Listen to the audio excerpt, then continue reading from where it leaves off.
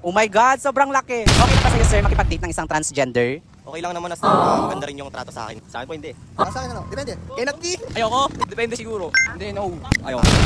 Mga ate kong pakarat, so for today's vlog is nandito naman tayo ulit sa Liwliwa Samba Island! Yes, mga ate ko, nandito pala tayo ngayon dahil alam nyo na, mag-i-interview tayo ulit dito ng mga pogi. Charot! And yes, mga ate ko, mag-i-interview tayo dito ng if okay lang ba sa'yo makipag-date ng isang transformer. Kaya hintayin nyo mga ate kong pakarat. Maghahanap na tayo ng mga pogi. Kaya ano, tara! Tara! Hi po, I'm with... Kylie po. So, taga saan po si Sir Kylie? Taga Manila po. So, ito pala yung tanong namin, sir. If okay lang ba sa'yo, sir, makipag-date ng isang transgender? Okay lang naman as long na maganda rin yung trato sa akin nung kadate ko. Ayun lang po. And wala naman po kasing sa akin yung LGBT. As long na mahal nyo naman yung isa't isa, why not, 'di ba, subukan? Ay, perfect yung sagot ni sir. Thank you so much, sir. Thank you po. Thank you. Hi po, I'm with... I'm Brandon po. Ano po, Brian po. So, taga saan po sila? Pampanga po. Pampanga po. So, ito pala yung tanong namin, sir. If okay lang ba sa inyo makipag-date ng isang transgender? Sa akin po hindi. Bakit? Wala po. Parang ang weird po. What? Para sa akin.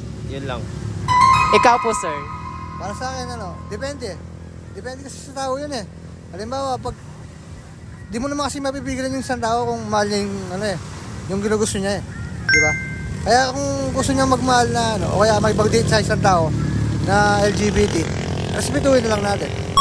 So, okay si sir. Okay lang. O si sir hindi. So, yun lang. Alam nyo na. Thank you. Thank you po. Thank you, sir. Ay. Thank you po. Thank you so much, ma'am. Hi po. Ano pong name? Boxer short. What? Totoo? Totoo, legit? So, ikaw po? Sleazy. Totoo? Ikaw? Ghetto. Red box. What? Aliw. Taga saan po kayo, sir? Malabon. Lahat kayo? Taga Bukid nun. Taga Las Piñas. Malabon ako, malabon. Totoo? So, ito pala yung tanong namin, sir, if okay lang ba sa inyo makipag-date ng isang transgender? So, ikaw mauna, boxer short. What? Ay, ikaw. Ano ako? Cannot be. Ano? Ikaw. Ayoko. Bakit? Wala pa ako nakikita eh. What? Si Tina. Lang nakikita, like? Wala, na ganun. Na ano, What? pwede kong maging partner. Ganun. I mean, ano lang, dating, magdi-date ka ng trans if okay lang sa'yo. Pwede din. Bakit pwede? Safe lang. So, ikaw, sir, Depende siguro. bakit? Kasi kung gusto mo naman talaga yung tao, ba't hindi, di ba? Ayun lang. So, okay, sir. Ikaw, sir, Hindi, no. bakit no? Trip, no. Thank you so much. Thank you po. Rian Perlado.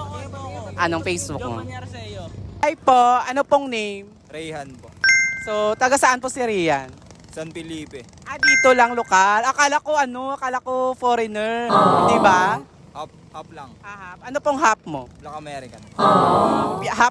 Black American tsaka Pinoy. Oh my God, sobrang laki. Charot! Eme lang, sir. So, ito pala yung tanong namin, sir, if okay lang ba sa'yo makipag-date ng isang transgender?